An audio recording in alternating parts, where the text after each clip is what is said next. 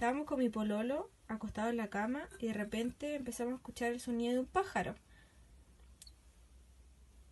No sé si habrán escuchado, pero y empezamos a buscarlo y al final nos dimos cuenta que la lata de Red Bull, que ya no tiene nada, sonaba como un bebé pájaro.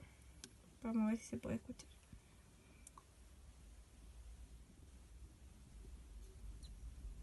Ahí, ese sintió. Vamos a grabar otro para ver si pasa. ¿Qué pasa?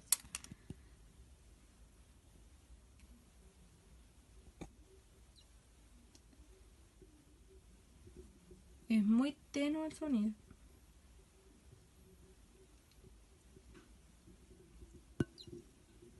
Bueno, no sé si habrán podido percibir el sonido, si se habrá escuchado bien, pero con mi pololo nos volvimos locos tratando de encontrar la fuente sonora, hasta que nos acercamos a la parte del velador porque pensamos que era algo eléctrico, porque como está el enchufe cerca, y pensamos que hasta teníamos problema al oído de ese chillido, y como nos acercamos tanto a la parte del velador, que está la lámpara obviamente,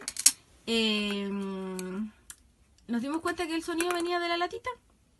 Y ahí pensamos en el eslogan de Red Bull, que Red Bull te da alas. Quizás por eso lo hicieron así, lo pensaron. Bien pensado por Red Bull, si es así. Y queremos saber si a alguien más le ha pasado esto, porque nosotros quedamos Estuvimos buscando en shock.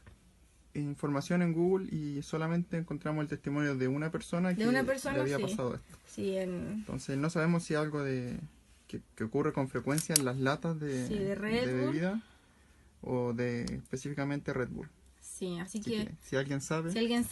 Así que si a alguien le ha pasado o si alguien tiene una lata de Red Bull cerca de ahí, que le ponga atención al sonido.